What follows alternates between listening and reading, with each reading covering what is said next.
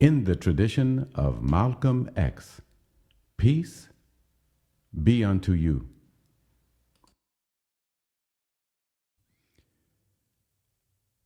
I was looking at news reports on the campus conflicts taking place between police departments, campus police departments, the National Guard,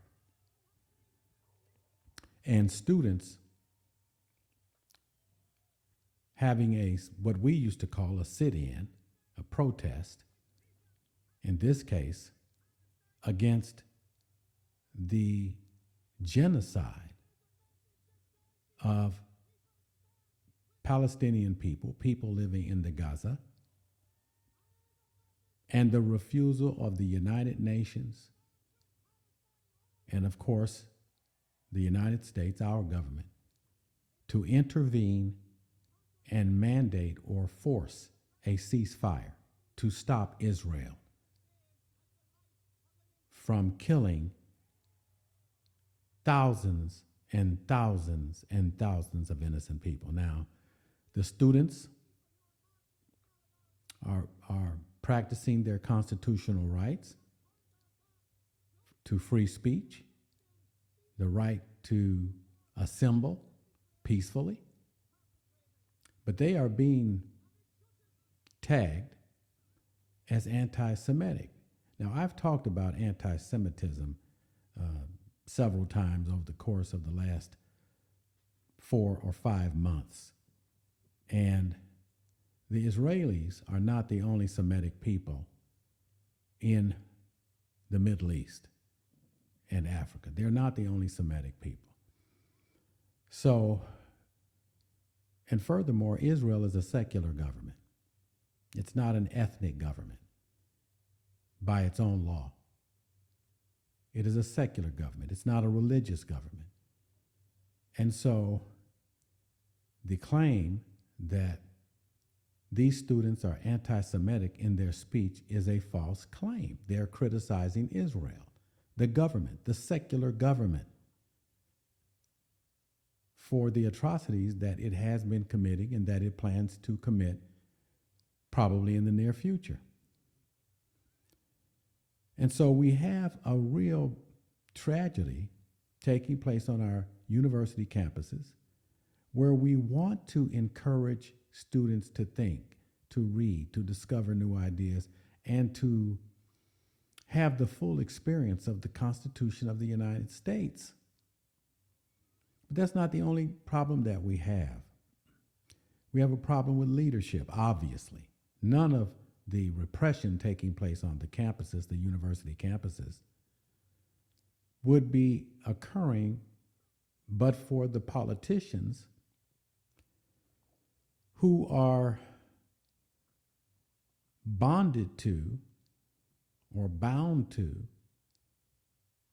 Israeli lobbyists in the United States. Now, I find it interesting that when Trump was president, there was a big uproar about Russian involvement in American elections. Do you remember that? People were making the claim that Russia was involved in, quote unquote, fixing our election, meddling in our election.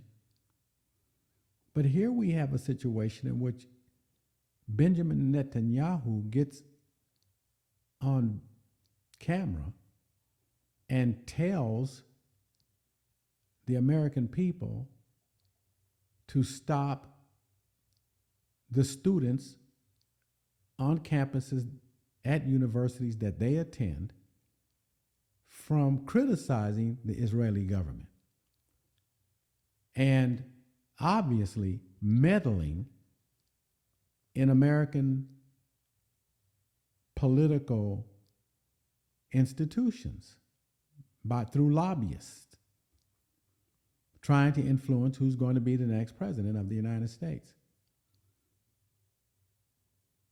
That's what Israel is doing. Arresting professors, having professors arrested by virtue of their influence over politicians and other professors who are pro-Zionism. Now, there's a lot of other problems. We don't have leadership. Leadership is not available for Americans to choose. Though I do believe there are people qualified to be great leaders, but today in politics, you have to sell out. You have to sell your soul to get a position in government, a position of power and influence and status in government. That would be the Supreme Court, the executive branch of the United States, and Congress.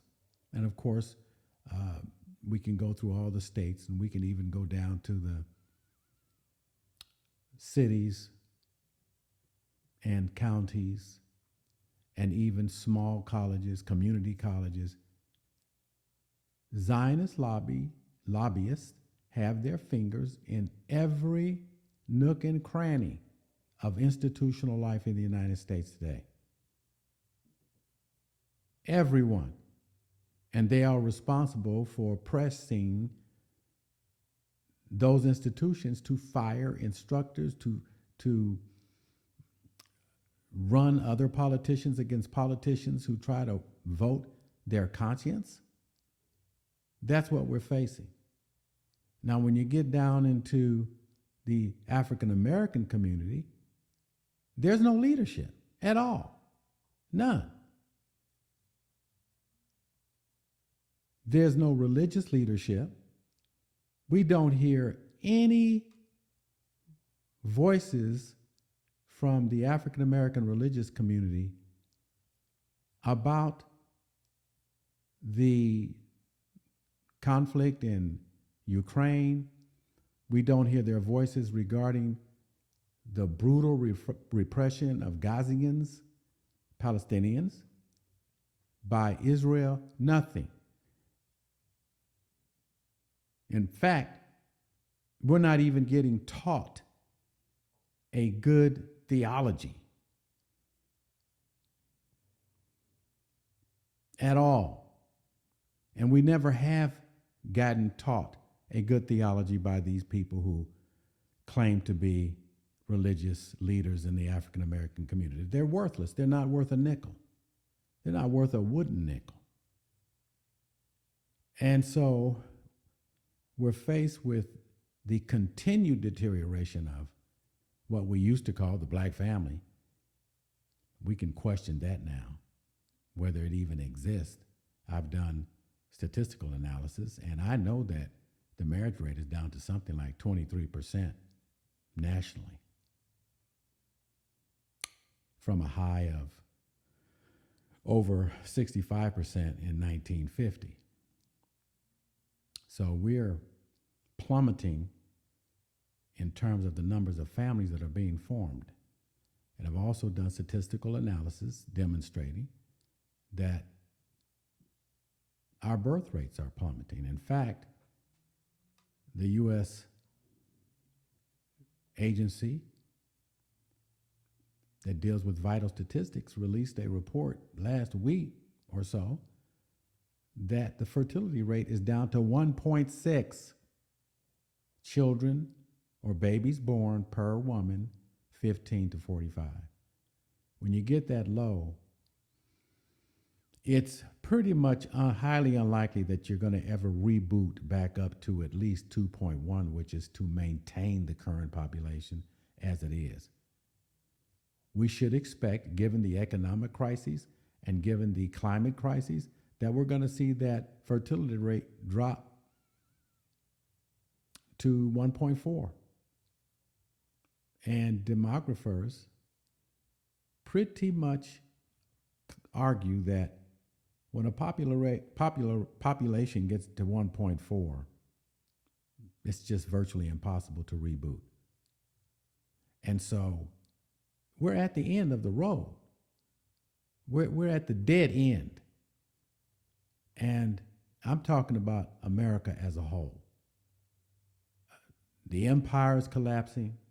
The dollar is being rejected by nations all over the world.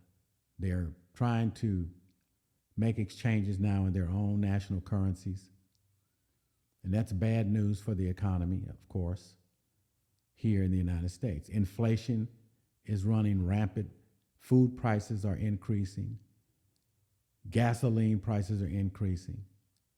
You can't even take your family out to a dinner at a restaurant anymore because the price will be over $150 if you take your family out for a dinner of 4. And that's ridiculous. Fast food prices are up. And California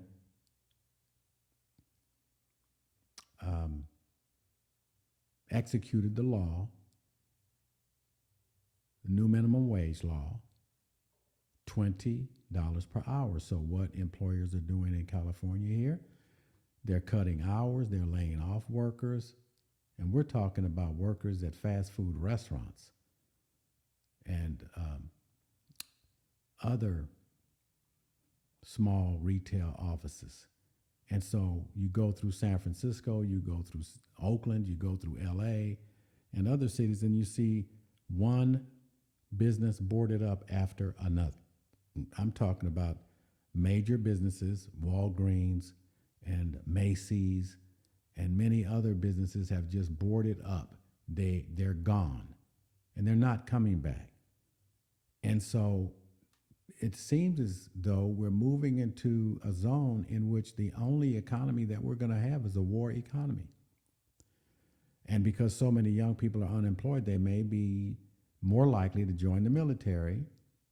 And we're going to have a situation such as that in Ukraine, perhaps, in the future, when we're just putting people out on the battlefield and paying them to put their lives at risk, put their sanity at risk, because we don't have solutions here. So I'm not saying the end is tomorrow, but there's a cumulative effect that is going to play itself out over the next decades. We're talking 10, 20 years. And there's just going to be an implosion in America, a social implosion in America. And we'll have probably a totalitarian state. We'll probably have the Constitution put on hold. And Woodrow Wilson did that during his tenure. He put, the Fourth Amendment on hold. Could arrest you for just trying to discuss or criticize the war in Europe. People went to prison for just their speech or having written something. Not because they were communists, but because they were just trying to articulate their conscience with respect to war. They were put in prison, fined, and the Constitution was just held in suspension. That's going to happen again. We're seeing it in slow motion on these college campuses. You must understand they're throwing free speech out of the window, and it won't be long before they're doing it to people on street corners. They're doing it to people on platforms such as YouTube and other platforms. And so this is a bad time. And what it means is that America is collapsing. And here we are. And there's no way out. There's no solution for all of these problems. And there is no leadership. There are no people coming forward who are not bought and paid for by the military-industrial complex, by the Israeli lobby, and others. We're in a world of trouble. And I don't expect a spiritual revival in America, not a real one. if people are going to start walking around with a picture of a white Jesus, that's not a spiritual revival. That's just a promotion of white supremacy. America has chosen from the bottom up and from the top down to go the route that it has taken. And so it is going to end like ancient Rome ended. And then that'll be the end. That'll be that. I am Dr. Stephen Nur Ahmed. Peace be unto you.